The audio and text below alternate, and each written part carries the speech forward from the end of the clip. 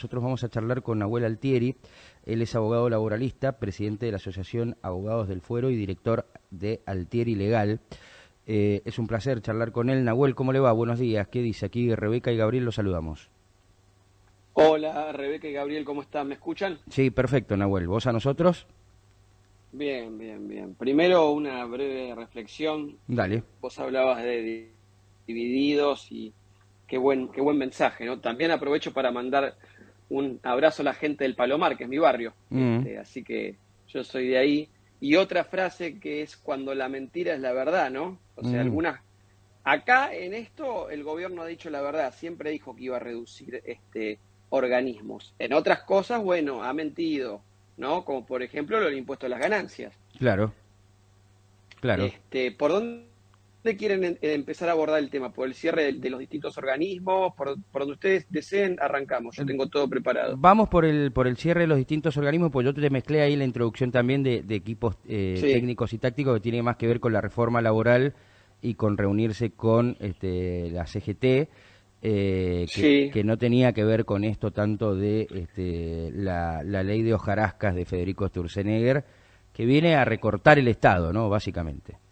Está muy bien y te corrijo, tu comentario es más acertado porque tiene que ver también, porque en la misma ley de bases se reformó también parte de lo que es la ley de empleo público, que afecta a este recorte. Entonces, aquí hay una primera discusión que es muy jurídica, que es la aplicación temporal de la reforma laboral. ¿Desde cuándo se aplica? De su sanción y en cuyo caso, ¿para quiénes? Porque el contrato, podemos decir, laboral, tanto en empleo público como en empleo privado, que se perfecciona al momento de su celebración, por más que después tenga ejecución. ¿Esto qué quiere decir?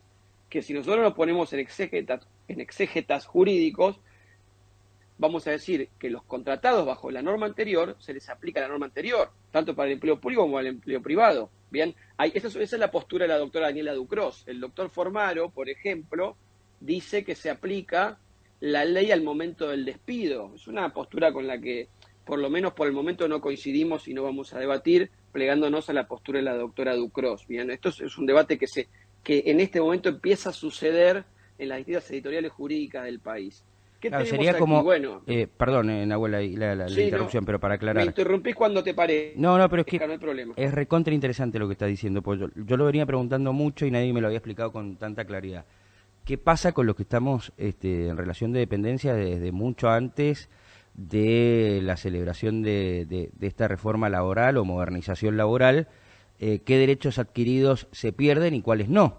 Digamos, alguien que está Bueno, hace 5 años, 6 años, 10, 15, 20 años bajo relación de dependencia, ¿qué tipo de indemnización le corresponde, por ejemplo, si lo despidieran ahora?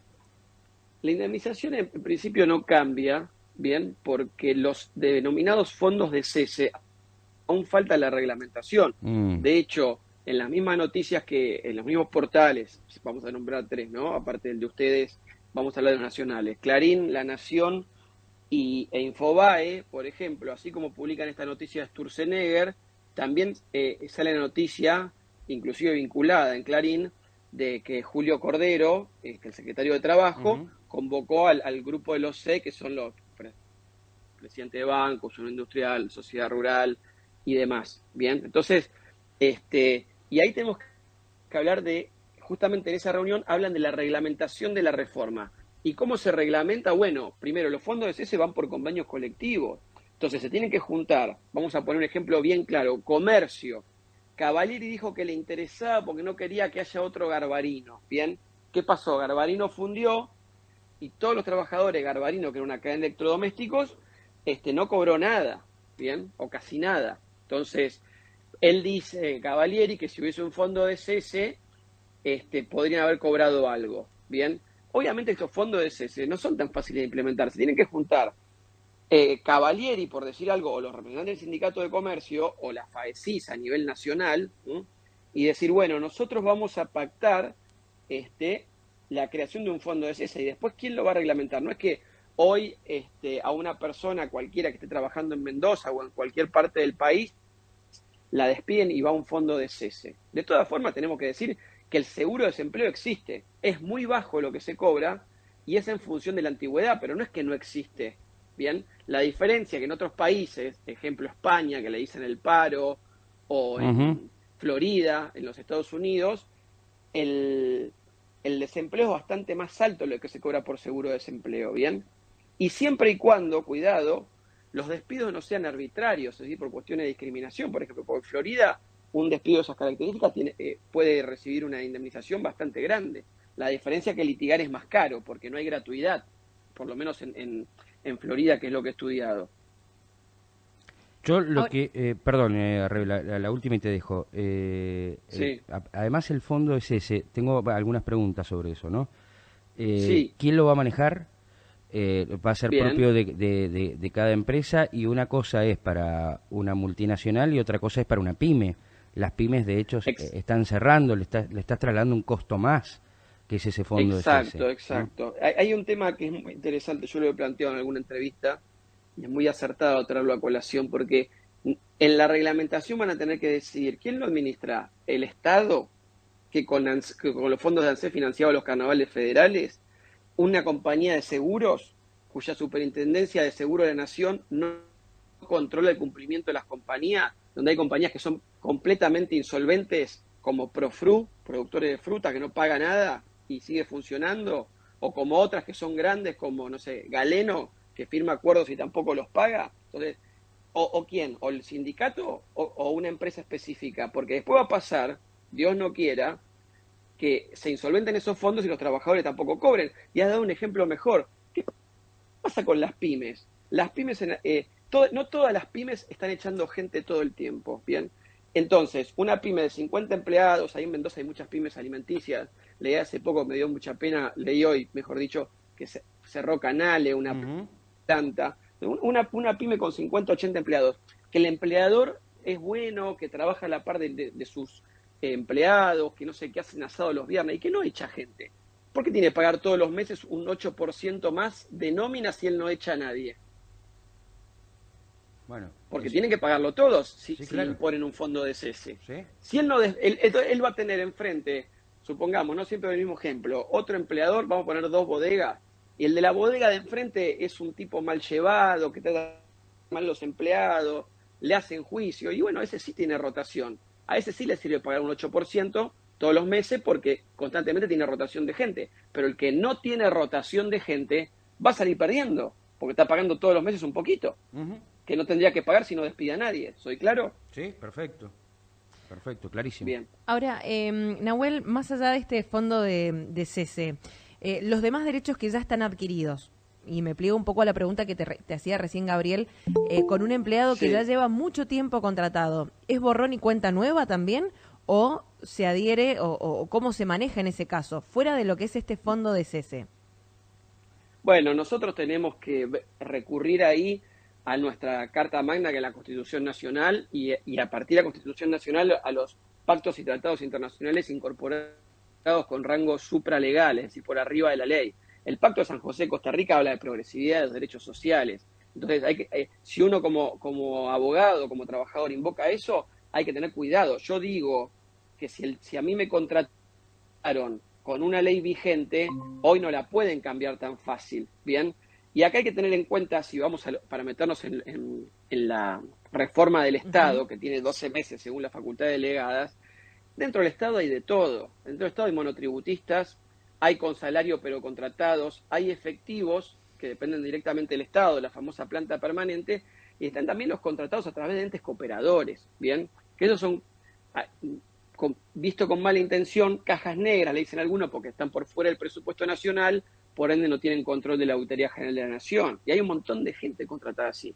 Bien, han salido notas sobre eso de distintos entes cooperadores, que les doy un ejemplo, el Colegio Público de Abogados de la Capital Federal tiene los empleados de reincidencia, ahora van a pasar todos a depender en el recibo de sueldo del colegio, pero trabajan para la Oficina de Reincidencia Nacional, que es la que uno va cuando pide el certificado de antecedentes penales. Bien, entonces, cada una de estas personas, el monotributista, el que tiene salario pero por contrato por un inciso específico de la ley de empleo público, los efectivos y los entes cooperadores van a tener distintas herramientas para defenderse, que van a pasar desde pedir el cobro de la indemnización, porque además, por lo que se está leyendo, los echan y no les pagan nada, Algunos dicen ahí el artículo periodístico que aunque cierren el organismo van a tener un año de salario máximo, otros van a pedir la reinstalación, porque si son efectivos, tienen estabilidad plena del empleo público,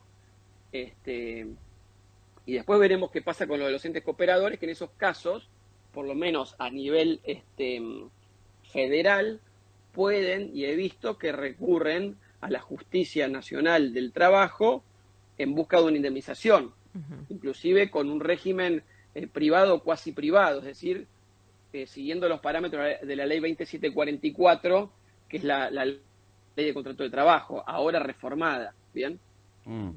El tema es hasta cuándo es una solución, hasta cuándo es un problema, porque puede haber judicializaciones por un montón de diferentes causas en este tema. Sí, absolutamente. Y bueno, después hay que ver también qué organismos van a cerrar, ¿no? Si algunos que son de carácter político, pero otros cumplen funciones muy importantes. Vos mencionabas el INAES, que es el que controla cooperativas y mutuales. ¿Qué van a hacer si lo cierran? ¿No va a haber más cooperativas y mutuales en la Argentina? ¿Quieren que sean todas sociedades anónimas? ¿Es la única forma de organizarse que tiene el ser humano para estar en el comercio, para dar crédito? Entonces que una cooperativa, una mutual de personas no puede dar crédito, no puede dar servicios de agua, de luz, como sucede en muchos lugares del interior del país donde las cooperativas funcionan y muy bien. ¿Van a tener que ser todas multinacionales las que estén a cargo de todo? Bueno, ¿las multinacionales son lo único bueno que existe como forma de organización? Para mí no. No, para mí tampoco, pero pareciera ser la mirada de Sturzenegger, es lo que busca el gobierno, la mirada de inversiones extranjeras. Sí, bueno, sin dudas. En el pizarrón y en el Excel funcionan las cosas. Después ellos van probando. Ahora ya salió en Clarín, bueno, en el Destape, que es un medio muy politizado, pero supongamos que Clarín es menos politizado y más serio. Ponele, sí. Según el criterio de algunos, sí. ¿no? Uno tiene más llegada y otro no. No vamos a poder analizar el sistema de medios acá. No, pero no, salió no, en varios lados la cuestión. Para mí más serio por ahí hablar con un medio chico como ustedes, que uno es más sincero y saben que no hay detrás un interés creado, ¿no? Que en todos los demás medios grandes sí existe. Entonces, nos vamos a poner a analizar o no, eso no, pero sí habían sacado que iban a volver los tickets canasta. Y las 12 horas, jornadas de 12 horas también. Claro, bueno, lo que pasa es que la jornada de las 12 horas ya vienen hace rato, por eso insistiendo, que en realidad existe. Por ejemplo, los guardias de seguridad privada trabajan 12 horas, claro, pero después descansan más. Entonces, lo que sucede es que ellos quieren hacer compensable las 4 horas de más en todos los rubros, sin necesidad de un convenio colectivo, en vez de pagable en extra, ¿se entiende? Bueno, vos trabajaste 12, bueno, otro día trabajás menos, pero no te pago extra. Entonces, ¿qué hacen? Abaratan el costo del empleador y el trabajador cobra menos, porque no cobra extra. Va por ahí el asunto. Claro. ¿Y ahora qué pasa? Como en la Argentina todo es vertiginoso, yo antes de hablar con ustedes, cuando me consultaron por esto, me fui un poquito más allá y estoy en Twitter todo el tiempo y ahí Sturzenegger puso falso.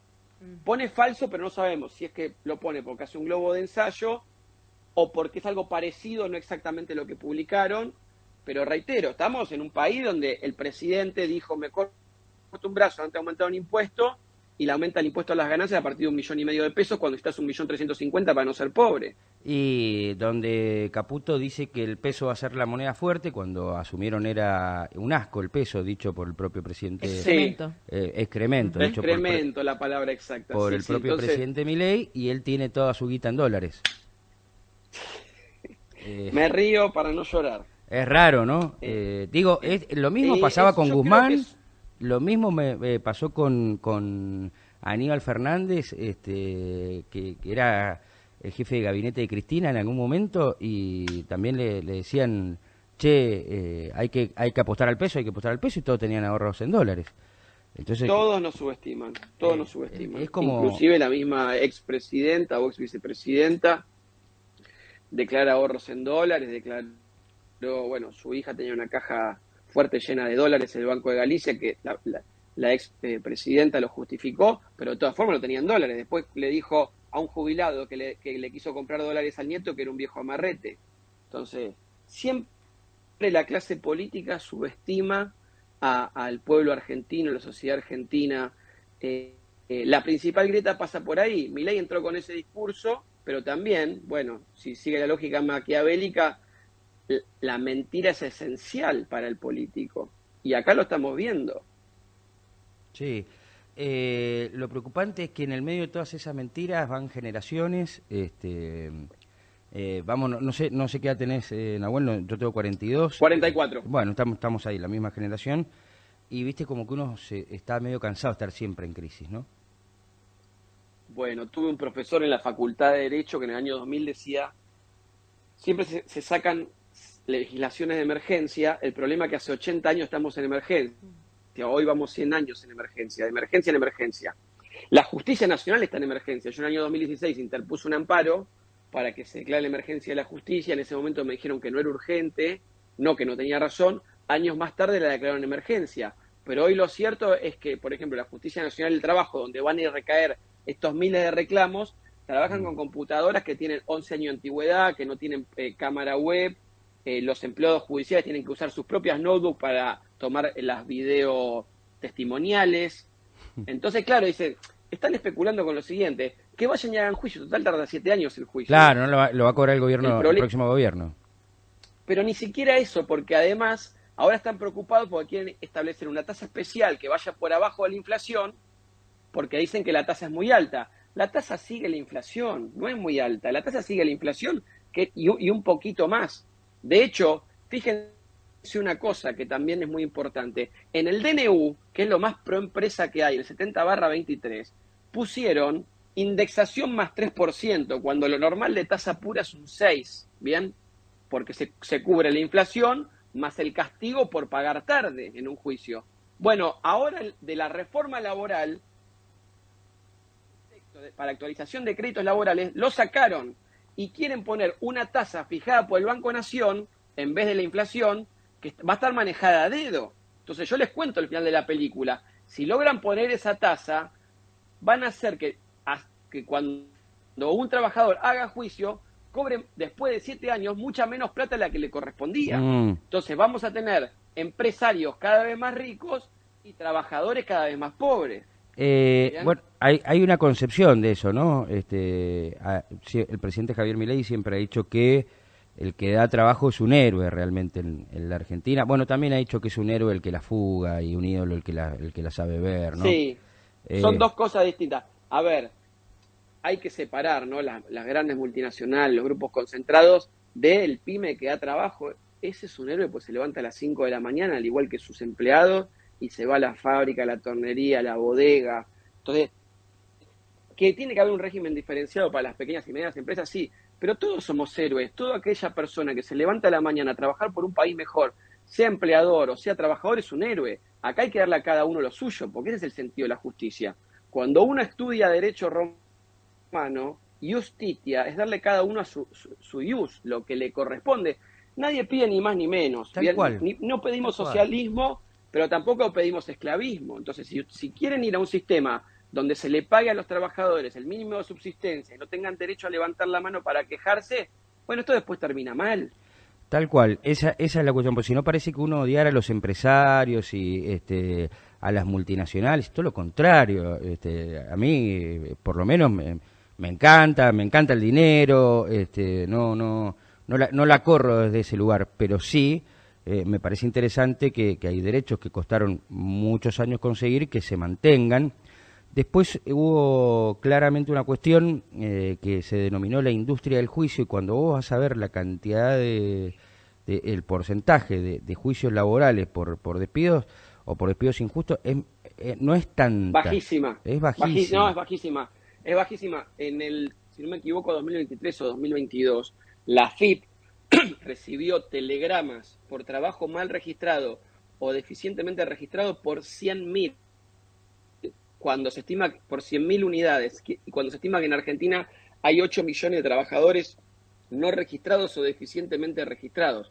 Entonces, ¿de qué industria del juicio hablan? Porque saca la cuenta, ¿cuánto da? No da ni el 1%. Es ínfimo. Entonces, todo este tema es muy fácil para los políticos hablar de industria del juicio, pero acá hay otras industrias, la industria de la política, que tiene como todo un sistema de privilegios que son pagados por el pueblo. Entonces, ¿y con qué se paga? Con ingresos brutos, con impuestos, con tasas. Entonces, la política tiene que hacer un verdadero ajuste.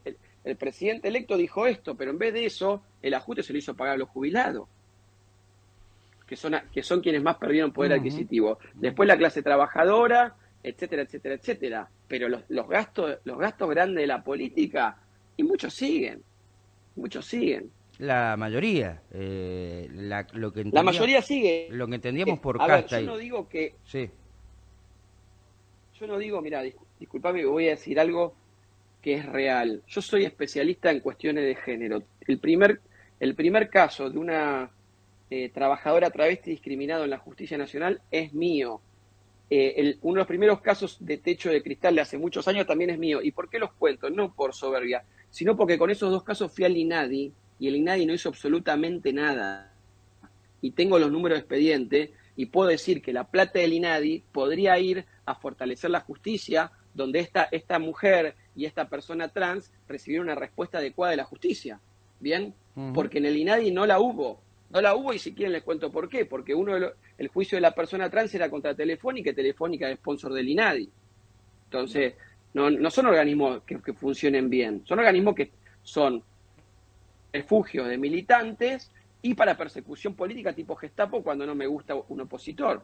Entonces, eso es una cosa, eso es el INADI, y yo lo puedo discutir con quien sea, y tengo los números de expediente. El INAES, que es el de las cooperativas y mutuales, es distinto. Lo que pasa es que como la Argentina es pendular, se mete toda en la misma bolsa, se pasa con una aplanadora y se rompe lo que está bien y lo que está mal por igual. Coincido. Yo creo que había por ahí pasa mucho con el Ministerio de las Mujeres, Género y Diversidad, ¿no? Se transformó más en eso desde su creación hasta los 4 años de su existencia, se transformó por ahí en un refugio militante, pero no por eso tenía que dejar de existir el ministerio. Lo que tenía que cambiar era por buenas políticas, por buen desarrollo de esas políticas. El programa Acompañar, por ejemplo, se suspendió, era un buen programa. Sí. Tengo una colega que lo seguía de cerca, que es Tamara Besares, que está en... Hablamos con ella en un medio que Crónica hace TV. muy pocos días. Sí, exactamente. Bueno, es una colega amiga de la profesión, que cada tanto cuando hay de esas cuestiones la consulto a ella porque es especialista, pero también no debería tampoco llamarse de la mujer, sino de la familia, porque que el resto de la familia no merece protección. Entonces, bueno, si el núcleo central de la sociedad es la género familia. Y diversidad también, ¿no? Sí, todo junto. Y yo no por esto estoy descalificando familias que no sean heterosexuales, porque acabo de decir hace 2 minutos que fui el primer defensor de una persona trans. O sea que yo creo que toda persona tiene derecho por igual, independientemente de su elección sexual, ¿se entiende? Simplemente que digo que si protegemos solo a la mujer, estamos dejando de lado al hombre, al hijo, a la familia. Hagamos algo que sea holístico, porque ya separar genera confrontación. Es mi postura, ¿no? Bien. Humildemente. Sí, está bien, y para eso te convocamos, Nahuel, para que nos dieras tu postura.